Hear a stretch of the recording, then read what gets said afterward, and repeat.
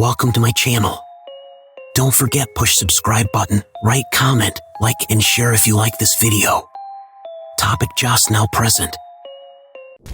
Antonius Rio Alec Bulo atau lebih dikenal dengan nama Rio Martin. Dia lahir pada tanggal 2 Mei 1975. Ia adalah seorang pembunuh berantai yang menghabisi korbannya dengan menggunakan senjata berupa martil, dan ia divonis hukuman mati oleh Pengadilan Negeri Purwakarta pada tanggal 14 Mei 2001.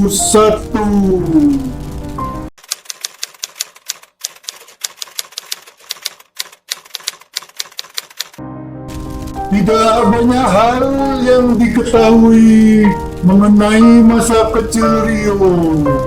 Namun, sejumlah sumber menyebut sedari bocah ia memang dikenal nakal dan tingkahnya membuat sang orang tua memindahkan Rio dari Sleman ke Jakarta untuk diasuh kakak sulungnya yang bertahun 12 tahun. Namun di Jakarta, Rio malah semakin tak terkendali. Terlebih setelah ayahnya tidak lagi mau mengakuinya sebagai anak, dikarenakan Rio menolak untuk pindah agama mengikuti sang ayah. Rio kemudian banyak bergaul dengan preman-preman Senen. Dari sini, ia mulai kerap bolos sekolah, kemudian mengenal alkohol dan ganja. Kekerasan dan kejahatan menjadi karirnya. Beranjak dewasa, Rio menghidupi diri dengan berjualan surat-surat kendaraan palsu. Setelah menikah, dia ganti profesi menjadi pencuri mobil. Dengan bisa menggasak 5 mobil dalam 5 hari, hidupnya makmur. Kepada istrinya, Rio mengaku jadi pedagang pakaian di Jakarta. Rio sempat dipenjara karena melarikan mobil orang yang juga menjadi penada barang curiannya. Meskipun begitu, ia tidak kapok mencuri. Ia keluar dari penjara, dia tetap menekuni kembali profesi lamanya karena terlanjur menerima persekot dari sang penada. Bedanya, ia tidak lagi beroperasi di Jakarta karena namanya sudah dikenal sebagai penjahat kambuhan. Ia juga mengganti modus operandi. Ia membekali diri dengan martil untuk menghabisi korbannya.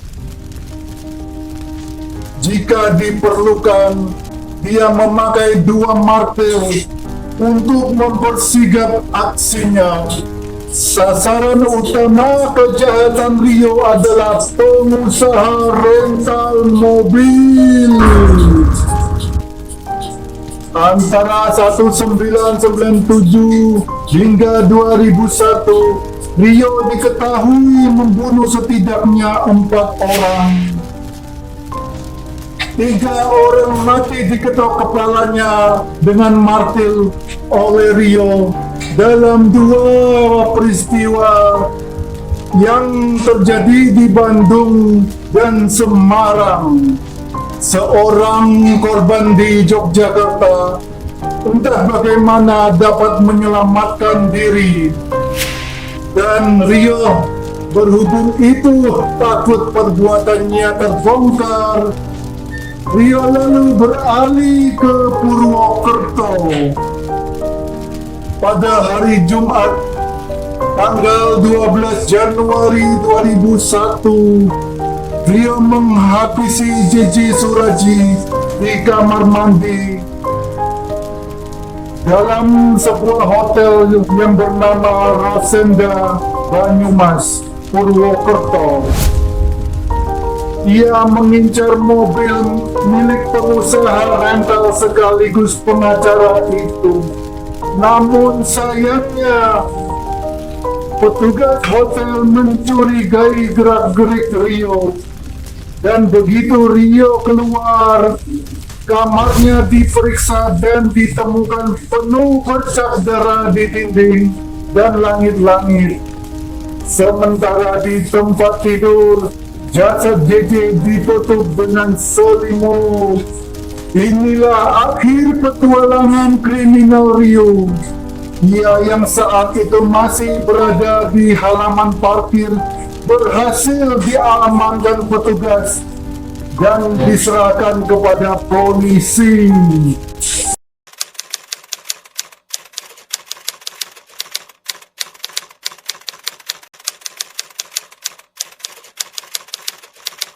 Pada hari Senin tanggal 14 Mei 2001, Pengadilan Negeri Purwokerto menjatuhkan hukuman mati kepada Rio. Dalam persidangan inilah aksi kejahatan Rio terbongkar dan mulailah ia dikenal sebagai Rio Martil. Dilansir dari laporan, Rio menyatakan menyesal dan bertekad untuk bertobat. Ia mengatakan, "Saya bersyukur karena tidak mati pada saat sedang melakukan kejahatan, akan tetapi mati dalam tahanan, mati ketika dalam proses pertobatan." Selama menunggu eksekusi, Rio mula-mula mendekam di lapas Gedung Bani Semarang. Lalu dia dipindah ke Nusa Kambangan pada Agustus 2004. Di rumah barunya ini, Rio membunuh korban yang kelima, tahanan koruptor Iwan Zulkarnain. Ia dan Iwan merupakan sebenarnya sahabat karib. Bahkan sang Iwan yang mengajari Rio untuk mengaji. Namun, pada hari Senin tanggal 2 Mei 2005 yang bertepatan dengan peringatan Hari Pendidikan Nasional, Rio tersinggung dengan ledekan Iwan yang menyebutnya sudah tidak punya nyali. Ia menghabisi Iwan dengan meninju dan membenturkan kepalanya ke tembok sel. Segala prosedur hukum sudah dicoba oleh pengacara Rio untuk mencegah eksekusi.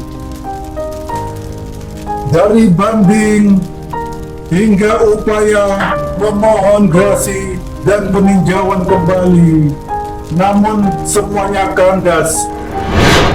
Hari Jumat pada tanggal 8 Agustus 2008, Rio Martil menjalani hukuman matinya di Karangtengah, Cilongok, Banyumas. Jasadnya kemudian dimakamkan di TPU di Kejawar, Banyumas. Rio meninggalkan seorang istri bernama Tuti Alawiyah dan 3 orang anak, Jerry, Jessica, dan Jenny. Diwakili sang istri dan juga lewat pengacaranya, Rio meminta maaf kepada keluarga para korban.